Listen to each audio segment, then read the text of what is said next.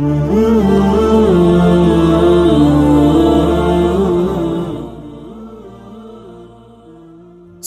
पात। हजरत आदम अलैहिस्सलाम की जो सिर्फ एक बीवी थी ना, उसमें हिकमत थी ताकि तमाम इंसानों का बाप भी एक हो और मां भी एक हो। ये हिकमत थी। अगर आदम अलैहिस्सलाम की ज्यादा बीवियां होती तो फिर हम सब एक मां की औलाद ना होते। तो मुसावात पैदा करने के लिए अल्लाह ताला ने आदम अलैहिस्सलाम की सिर्फ एक बीवी रखी, लेकिन उनकी औलादों को इजाजत दे दी कि जितनी चाहे शादियां करो। ये तो इस्लाम ने आके 4 में बंद किया है, वरना इस्लाम से पहले 4 से ज्यादा की इजाजत थी। समझ आ रही है बात? तो ये आदम अलैहिस्सलाम में हिकमत थी जिसकी वजह से अल्लाह ने उनको एक बीवी दी है, क्योंकि इन्ना खलकनाकुम मिन ज़करिन व उनसा, कुरान कहता है हमने एक मर्द और एक औरत से पैदा किया है। बीवियां ज्यादा होती हैं आदम अलैहिस्सलाम की तो फिर हम कोई किसी मां की औलाद, तो फिर आपस में लड़ाई झगड़े होते हैं। सही है। बाकी बार बार मैं कहता हूं, हाँ वो आमिल तो रह ही गया बेचारा, बस जल्दी से मुख्तसर समेट देता हूं बात को। तो अल्लाह ताला ने मुझसे ये दीन की खिदमत दी है, इसमें मुझे फख्र है कि कई औरतों की शादियां हुई हैं, इतनी दुआएं दे रही हैं, और खुद भी अपने आप को अजाब से निकालो, शहवत के अजाब से ना, गैर जरूरी मुजाहिदों से निकाह करो, हलाल में तस्कीन मिल जाएगी।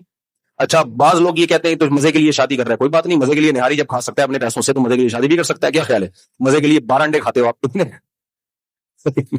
डेली? वैसे अंडे से बेहतर कोई ग़िज़ा नहीं है, मैं आपको बताऊं। अंडे को हम लोग बहुत हल्का लेते हैं, अंडे को हल्का नहीं लिया करो। अंडे से चूजा बनना होता है, तो चूजे से मुर्गी, तो मुर्गी में जो कुछ है अकेले एक अंडे में अल्लाह ने रखा है वो सब कुछ, इसलिए हाफ बॉयल अंडे फोड़ दिया करो तबीयत से, और अंडा में नुकसान नहीं देता। ये 6, 7, 8 अंडे कुछ नहीं कहते अगर रोटी चावल ना खाया जाए। खैर, तो ये जो अल्लाह ने मुझसे काम लिया है ना, ये शादियां वादियां, ये मैं इसको बहुत बड़ा काम समझता हूँ। इसमें बहुत सारी औरतों के घर बसे हैं, बहुत सारी औरतों के घर बसे हैं। अगर वो उन बेचारियों को, तो पीरों ने यही कहा था कि ये करो, डिप्रेशन में जा रही थी, जिना में जा रही थी, अल्लाह ने करवा दी उनकी शादियां। और दूसरा काम जो आमिलों के खिलाफ मैं बोलता हूं ना, अल्लाह ताला शायद मुझे इस पे बख्श दे। अल्लाह कहे तेरे अमाल में और तो कोई नेकी नहीं थी, तूने जो इन फरौदियों और बेगैरतों के खिलाफ जो बोला है ना, और 1 नंबर आमिलों के खिलाफ बोला मैंने, 2 नंबर के खिलाफ तो गुलूफ नहीं करा था मैं, चाहे वो देवबंदी हो चाहे वो रायवंड का मुकीम हो। अल्लाह तो इसी पे शायद मुझे बख्श दे कि इन बेगैरतों की जो तूने चित्रौल लगाए है ना, मजहब के नाम पे ये उल्लू बनाते हैं। तो ये हकीम तारिक चौथाई के खिलाफ मैं नहीं बोलता, आप तो खुद नाम ले लेके पूछते तो मैं बोल देता हूं। मैं तो सबको ऐसा समझता हूं, सबको ऐसा समझता हूं। तो ये तो सारे एक ही जैसे होते हैं। तो ये तो अल्लाह इतना खुश होता है, अल्लाह कहता है कोई एक तो है जो इन बेगैरतों के पोल पटिया खोल रहा है, और ये मजहब का लेबल नहीं लगाते तो मैं बोलता भी नहीं। बहुत सारी दुनिया में फ्रॉडी, हम कोई सबके खिलाफ थोड़ी बोलेंगे। ये लोग मजहब का लेबल लगा के, देखो पीर और मुर्शिद या रूहानियत किसे कहते हैं? आपको गुनाह छुड़वाए, आपके दिल में अल्लाह की मोहब्बत डलवाए। ये जिन चुड़ैल भूत भगाना कोई रूहानियत नहीं है, पादरी लोग ज्यादा कर रहे होते हैं। हिंदुओं में ये चीजें ज्यादा है, पादरियों में जाओ वो यही कर रहे हो, तुम्हारे पर आसेब है, जिन चुड़ैल भगा रहा हूं। ये कोई रूहानियत नहीं है, ये रूहानी सेंटर खोल के बैठे हुए हैं। अच्छा मेरे बोई, इसलिए मैं खानका का आदमी हूं, मुझे पता है सूफी अंदर से बड़ा जरखेज होता है। ये किसी वजीफे से ठीक नहीं होते, ये अल्लाह ने रखे इसलिए ताकि ना चाहते हुए भी औरत को अपने निकाह में लाओ, उससे नस्ल बढ़ाओ, उसकी कफालत करो, उसको भी खुश रखो, खुद भी खुश रहो, उसको खानदान मिले। ये अल्लाह ने हमें जो न्यूक्लियर पावर दी है इसलिए दी है, ये पावर कुचलने के लिए नहीं दी है हमें। समझ में आ रही बात? हाँ, इसका एक लीगल वे है, एक इलीगल है। लीगल है निकाह और इलीगल है फोर्स फिल्में देखना, बदनजरी करना, और जो 2 नंबर तरीके चल रहे हैं। आपकी महारत अमलियात वज़ाइफ के मैदान में और तिब्बे नबवी में बिल्कुल जीरो है। आजकल बहुत तपा हुआ है, सारे उल्टे उल्टे सवाल पूछ रहे हैं। बस ये आखिरी सवाल ले लेते हैं मेरे भाई। कह रहे हैं जी मुफ्ती साहब, आपकी महारत अमलियात और वज़ाइफ के मैदान में और तिब्बे नबवी में बिल्कुल जीरो है। ये जिनकी महारत है ना, उनकी भी जीरो है। कोई इल्म ही नहीं है तो इसमें महारत क्या होगी? इल्म ही नहीं है तो महारत क्या होगी? जिनकी महारत है उनका जरा मेरे सामने 2 मिनट के लिए लाके बैठाओ, मैं देख लूंगा कितने पानी में है। समझ आ रही है बात? मिसाल के तौर पर मैं कहूं कि मुझे वज़ाइफ में बड़ी महारत है, एक मिसाल दे रहा हूं, मैं भी दावा कर दूं, और मैं इनको कहूं कि आपके बाल, आपके बड़े बाल हैं, आप डबल करवाना चाहते हो तो सूरह बकरा की आयत नंबर 326 256 दफा पढ़ो।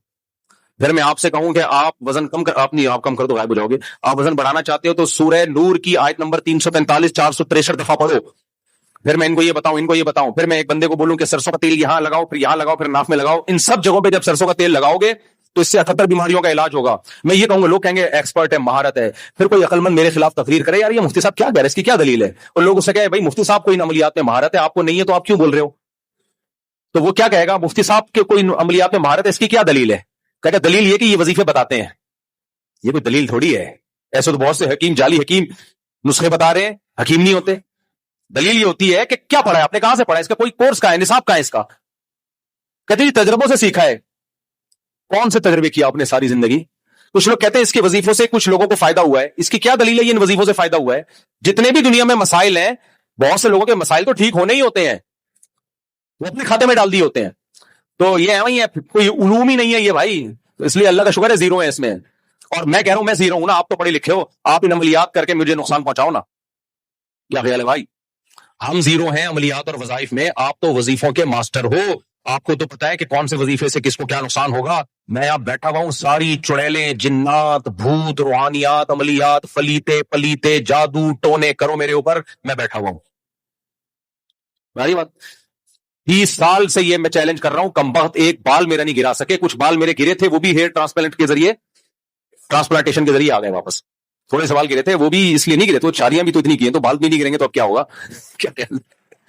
پھر بھی اللہ کا بڑا فضل ہے, ان کے عملیات فلیتے پلیتوں کی وجہ سے 51 سال کا ہو گیا, سر کے سارے بال کالے ہیں میرے ابھی تک اوریجنل.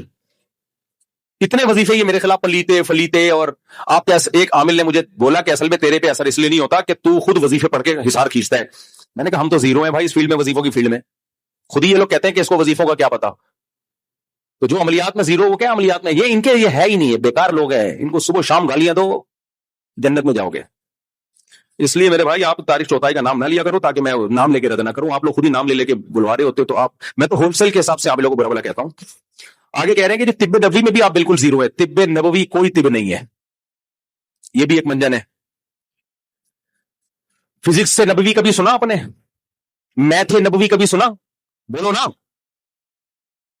بھائی. محمد صلی اللہ علیہ وسلم سید الانبیاء کا ٹاپک میڈیکل سائنس ہے ہی نہیں. سید الانبیاء صلی اللہ علیہ وسلم کا ٹاپک اخلاقیات ہے. تمام پیغمبروں کا ٹاپک کیا ہوتا ہے؟ اخلاقیات. کچھ حکیموں نے کیا کیا ہے, اپنی پروڈکٹ کو بکوانے کے لیے حدیثوں کا سہارا لیتے ہیں. وہ یہ بھی مذہب کا غلط استعمال ہے. یہ جو حکیموں میں طب آئی ہے, یہ تو طب یونانی ہے, یہ یونان سے آئی ہے, یہ یونان سے آیا. یہ جیسے میڈیکل سائنس انگریزوں سے آئی ہے نا, یہ تو یونان سے, یہ تو غیر مسلموں کا علم تھا, پھر مسلمانوں نے لیا تو بہت ترقی کر دی اس میں. بڑے بڑے حکیم دنیا میں گزرے, اب بھی موجود ہیں. نبی صلی اللہ علیہ وسلم سے ہمیں میڈیکل سائنس کی چند ہدایات ملتی ہیں بس. وہ ہدایات بہت زبردست ہدایات ہیں. کم کھاؤ, جب تک بھوک نہ لگے کھاؤ نہیں. کلونجی کے بارے میں شفا قرآن میں, شہد کے بارے میں ہے قرآن میں, انجیر اور زیتون کی اللہ نے قسم اٹھائی ہے. نبی صلی اللہ علیہ وسلم نے گندم کے بجائے کیا استعمال کی ہے؟ جو استعمال کی ہے. گوشت بھی استعمال کیا ہے آپ صلی اللہ علیہ وسلم نے. تو یہ سب چیزیں ہیں بس. اب اس پہ پورے علوم کی بنیادیں نہیں رکھی جا سکتی کہ اس کو طب نبوی کا نام دے کے آپ کتابیں چھاپنا شروع کر دیں, موضوع من گڑت حدیثیں اس میں لانا شروع کر دیں. جب بھی آپ کو علاج کرنا پڑے گا, کسی پڑھے لکھے حکیم یا کسی پڑھے لکھے ڈاکٹر کے پاس جانا پڑے گا, جو اس زمانے کے لوگوں پہ تجربے کر کے, جو اس نے کچھ چیزیں 1400 سال پرانی ہوتی ہیں, وہ اس زمانے میں امپلیمنٹ نہیں ہو سکتی. وہ سمجھ آ رہی ہے بات؟ دیکھو اسلام نے قیامت تک کے لیے آیا نا, تو کچھ چیزوں میں لچک رکھی ہے اسلام نے, تاکہ وہ ہر زمانے میں چل سکے.